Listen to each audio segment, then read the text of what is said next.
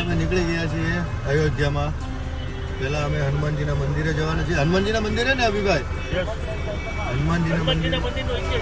હનુમાનજી જયારે આપણે અયોધ્યા આવ્યા ને બધા, એ હનુમાનજીને રહેવા માટે ત્યાં જગ્યા આપેલી હતી રામ ભગવાન. ત્યાં તમારું સ્થાનક છે રહેવાનું. બરોબર. એ હનુમાનગઢી કઈ જગ્યાએ મંદિર છે, પહેલા આપણે ત્યાં જવાનું છે. ઓકે. અને કંઈક એવું છે ને કે ત્યાં જઈને પછી અયોધ્યા જવાનું એવું બધા કહે છે. પહેલા રામ ભગવાનનું કેવું હતું, પહેલા મારા ભગત ભક્તનું દર્શન કરવાના, ત્યાંથી આગળ હાલવાનું એમ. ભક્ત પછી ભગવાન. અમે નીકળી ગયા સિગ્નલ ઉપર ઉભા છીએ, હમણાં મળ્યા.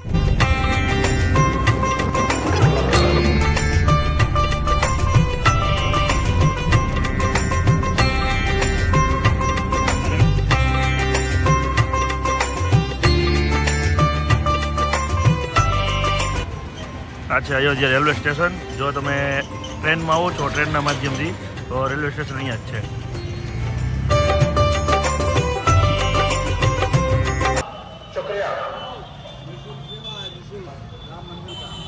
राम मंदिर पर निःशुल्क सेवा है. देखो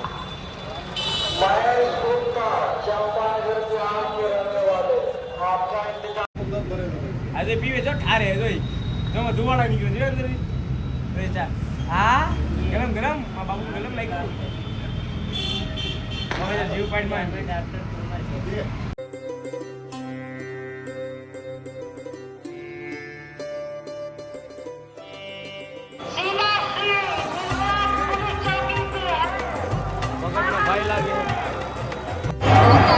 નમસ્કાર મિત્રો, જય શ્રી રામ. અમે આવી ગયા છીએ અયોધ્યામાં હનુમાન મંદિર ઉપર આવેલા છે, હનુમાનગઢી ઉપર. આ મંદિરની વાર્તા એવી કંઈક એવી છે કે જ્યારે શ્રીરામ ભગવાન વનવાસમાંથી પાછા આવેલા હતા અયોધ્યા, ત્યારે હનુમાન દાદાને અહીંયા ઉતારો આપેલો હતો. હનુમાન દાદાનું રહેઠાણ અહીંયા આપેલું હતું. અંદર જઈને આપણે દર્શન કરીએ અને તમને પણ બતાવીએ કે અંદર મંદિર કઈ રીતનું છે, શું છે.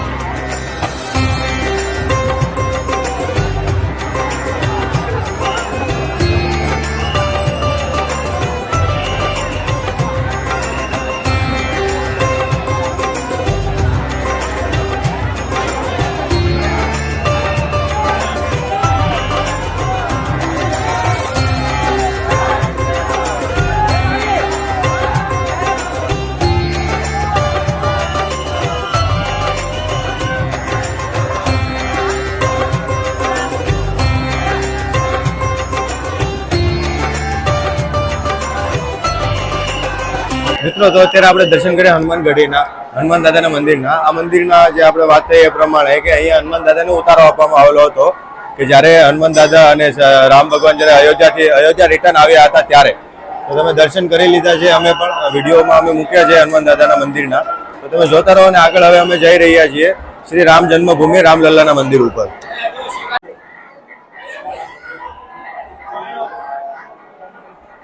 આ ચાંદીના સિક્કા લગાડેલા હોય એવું લાગે છે અમને. અંગ્રેજોના જમાનાના સિક્કા છે.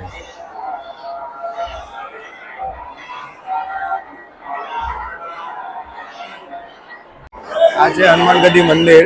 હનુમાન દાદાને જ્યાં જ્યારે રામ ભગવાન વનવાસમાંથી પાછા આવેલા હતા અને હનુમાન દાદાને જ્યાં ઉતારો આપેલો હતો એ આ મંદિર છે. એ પછી ઝૂમ કરીને તમને દેખાડું છું. જેટલા દર્શન થાય એટલા દર્શન જોઈ શકો છો.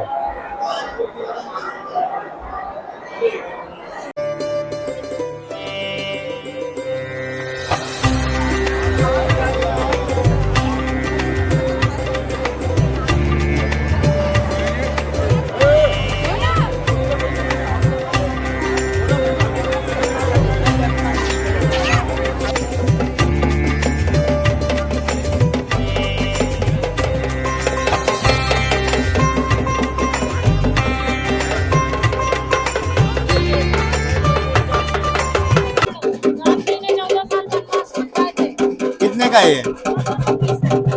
एक दे दो. તો આગળ વિડીયો આપણે બતાવી રીતે આ શ્રીરામ કંદમૂળ છે. ખાવામાં એકદમ આમ ઠંડુ ને આમ એક અલગ જ ટેસ્ટ આવે, એકદમ યુનિક. પેટના રોગને કહેવાય કે હનુમાન દાદા અને શ્રીરામ બધા વનવાસમાં હતા ત્યાં કંદમૂળ ખાતા ને બીજું કઈ ન મળે. પછી તો આપણે ટેસ્ટ કરીએ.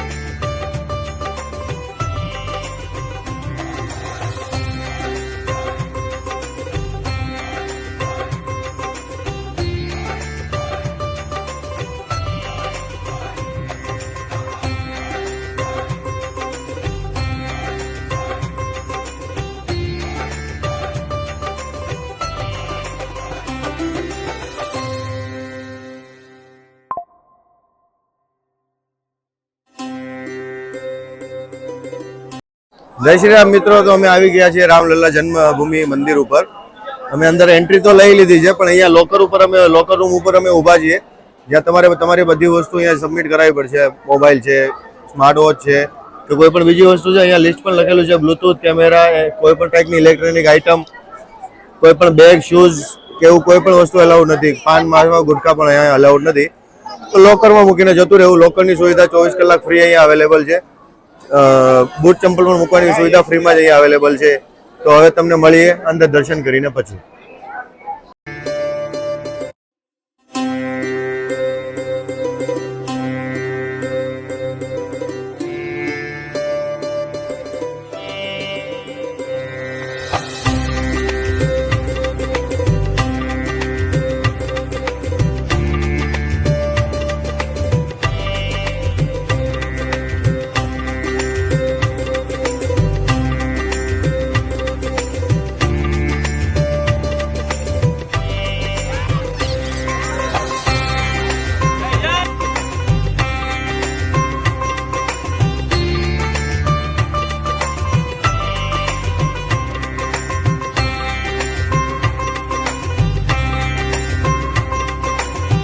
અહીંયા આ પ્રકારની સીએનજી ની પણ ઇલેક્ટ્રિક બેટરી વાળી તમારે કંઈ નજીકમાં જવું હોય ફોર વ્હીલર અંદર આવી કેમ ન હોય તો તમે આમાં પણ જઈ શકો.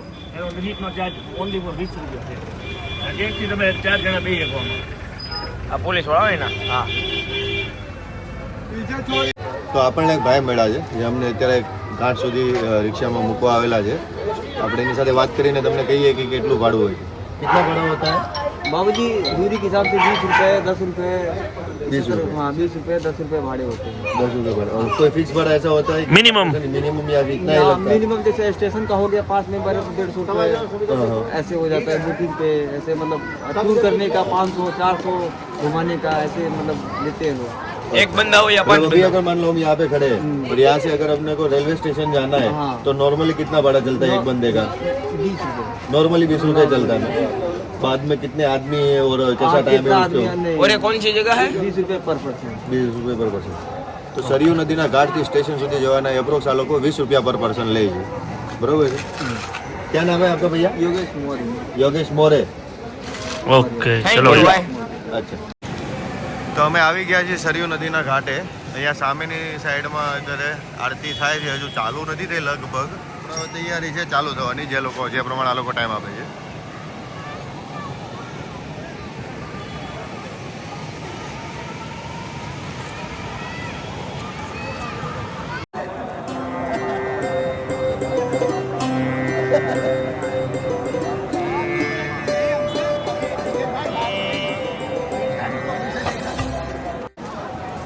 મિત્રો અમે આવી ગયા છીએ સરયુ નદીના ઘાટે આ એ ઘાટ છે જ્યાં અયોધ્યામાં જ્યારે રામ ભગવાનને વનવાસ મળ્યો હતો ત્યારે છેલ્લે અહીંયા આવેલા હતા અહીંયાથી અમને વનવાસ ચાલુ કરેલો હતો અમે આજે લેટ પહોંચ્યા છીએ 6:30 અહીંયા આરતી 6 થી 6:30 અહીંયા આરતી થઈ જાય છે અને લેટ પહોંચેલા છીએ અને અમારી 2 ડેસ્ટિનેશન સ્કીપ થઈ ગયેલી છે એક છે દશરથ મહેલ અને બીજું છે કનક ભવન એના માટે ઘાટ છે અહીંયા આવીને લોકો સ્નાન કરે છે પિતૃઓને દીવો અર્પણ કરે છે એ બધી વસ્તુ હોય છે અહીંયા વહેલા આવું તો તમને આરતીનો લાભ મળશે જોવા જેવી શાંતિવાળી જગ્યા છે બેઠકની વ્યવસ્થા પણ અહીંયા બહુ સારી છે સામેની સાઈડમાં બોર્ડ પણ મારેલું છે અયોધ્યા તીર્થ આપણે બેઠક વ્યવસ્થા સારી છે આ બાજુ.